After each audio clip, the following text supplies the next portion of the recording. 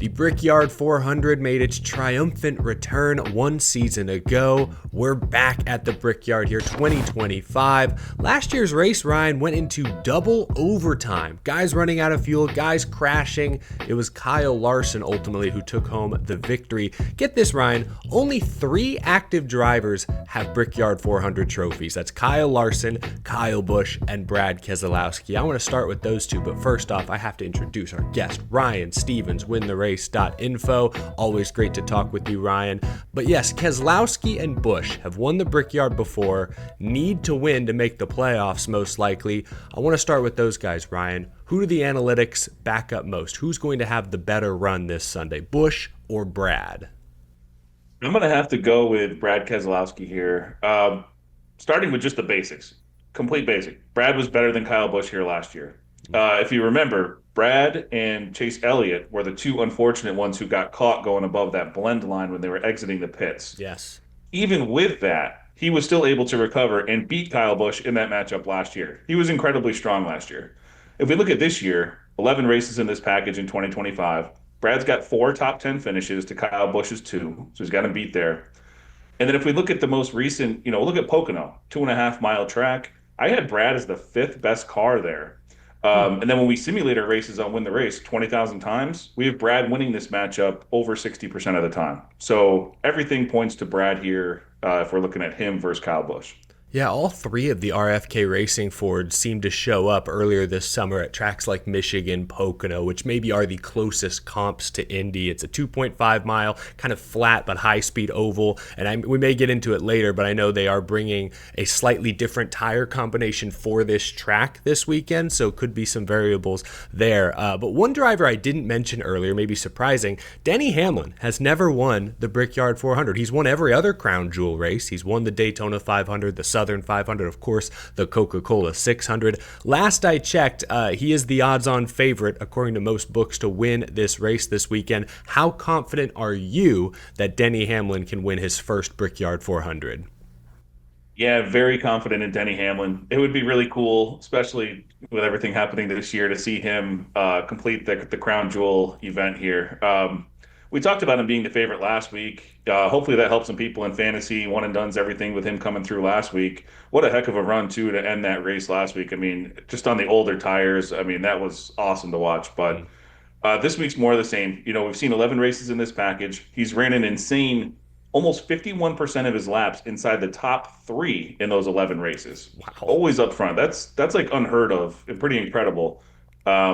Last year, he was arguably the strongest car here at Indy. Qualified second, won stage 1, third in stage 2, and then you mentioned those OTs, he ended up wrecking at the end of the race. But one cool thing to note, too, here is both of his employees, Reddick and Bubba, exceptionally strong here as well. So to me, everything screams that they're going to show up ready to be fast and win this race on Sunday. Yeah, and Indianapolis often becomes a strategy, sometimes a track position race. Denny and Chris Gale seem to be clicking, and his pit crew, we've already seen them win him a race once this year. They could certainly do it again. We nailed our Hamlin favorite prediction last week at Dover. Pat ourselves on the back for that one. Ford needs to get back on track. We did not talk about Ford much last week, and in the race itself, it was all Hendrick Chevys, Joe Gibbs Racing, Toyotas. They dominated. In the last 10 races now, Ford has 1 win, and it was Ryan Blaney at Nashville weeks ago. So how confident are you that Penske, we already talked a little about RFK, how confident are you that Ford could show up with serious speed on Sunday?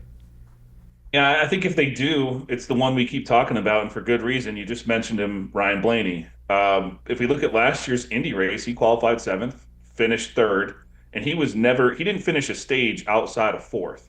So he's running up front all day last year. I think he's, in better form this year. This time, too, he gets to go out late in qualifying this week, which has been proven to be, great. That's one thing that hurt him last week, had to start in the back and fight his way all the way up there to a top 10. But overall, this season in this package, he checks all the boxes. 5th in our true performance scores on Win the Race, 5th in incident-adjusted speed ratings, 5th in true average running position. He's got 7 top 10s in those 11 races. That's tied with Denny Hamlin, and the only person that has more than them is Kyle Larson. So he's right up there with the 2, elite guys. Yeah, good company to be a part of. Yeah, Ryan Blaney carried the blue ovals for most of last week. Can he do it again.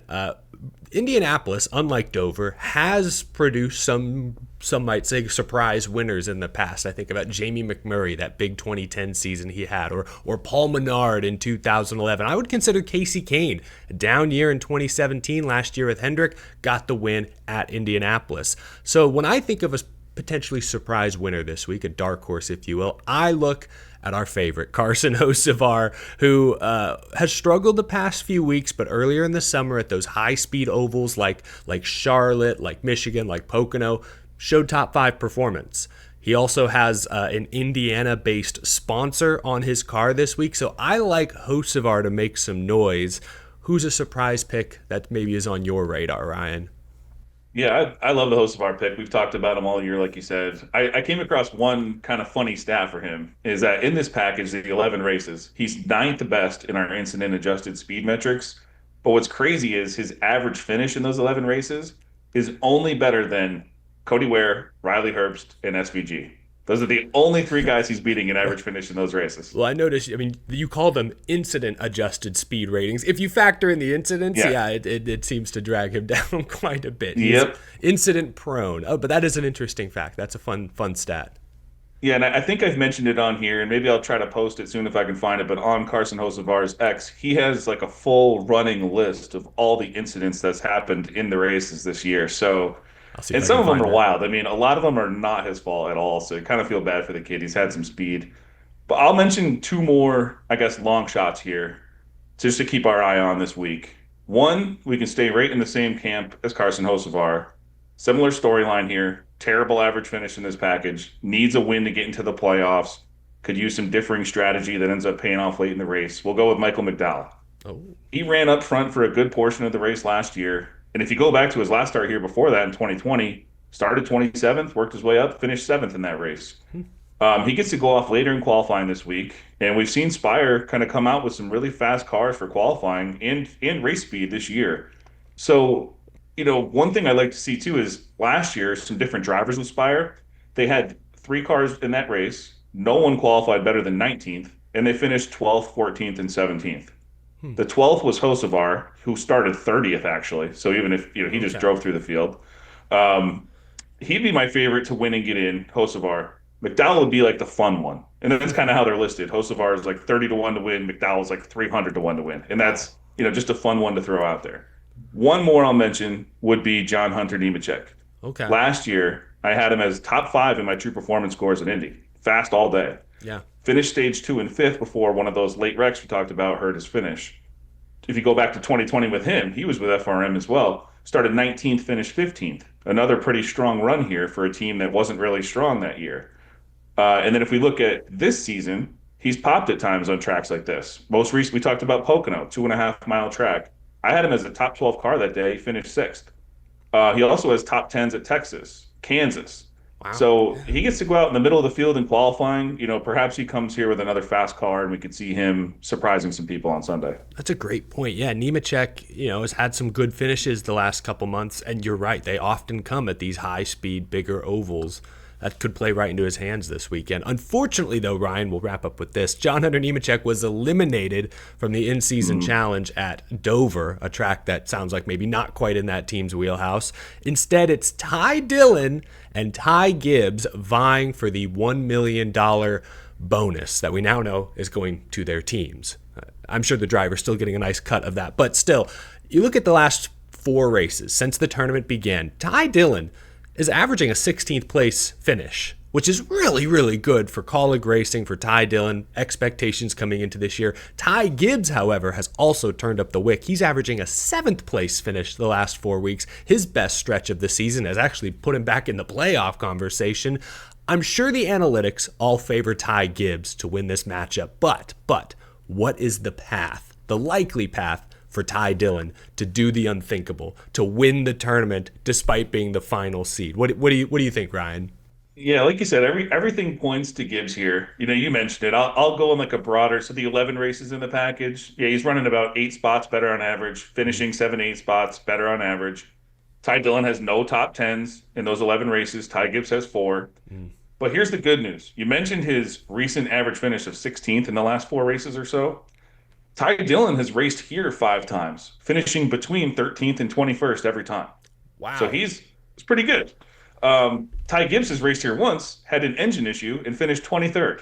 So while that's a one race sample, it just kind of feels like in your bones, like that's what happens to Ty Gibbs all the time in these situations. I don't know. The numbers don't support that, obviously, like we mentioned, but it just feels like this team has some bad luck or bites themselves at times. So in the end, I think it takes either a problem with the car or a penalty to put Gibbs behind Dillon, and it probably has to happen late. If it happens early and stages bunch them back together or a caution or something like that, we do expect Gibbs to be much faster than Dillon on Sunday, but I don't think Dillon's drawing, completely dead here. So it'd be an incredible upset to end the tournament. I mean, the fact that he is averaging a better than a top 20 finish at Indianapolis, and that's a great point too, that he's made 5 starts here to Gibbs's 1. And I'm not sure Ty Gibbs ever made an Xfinity start here, considering they used to run the road course. So experience may favor Dillon.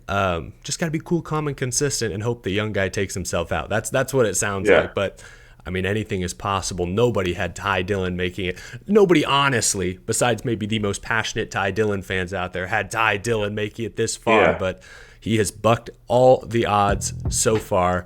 Ryan, this was fun. Looking forward to another crown jewel, the Brickyard 400. I know tonight, Wednesday night, you and your friends are hosting the draft on the Win the Race YouTube channel. Can you tell fans a little bit more about what they could expect? Yeah, 8:30 p.m. Eastern tonight, live on the Win the Race YouTube, and we'll draft a driver. There's 3 of us, Tino, Phil, and myself. We'll draft a driver from all the main teams in NASCAR. We'll do a wild card pick. Whoever wins gets to pick a charity Win the Race will donate to, so it's all for a good cause. But if you like some of the stats you hear on this preview, definitely check it out. We'll talk about a lot more drivers throughout the show, mention some bets or plays and anything else like that.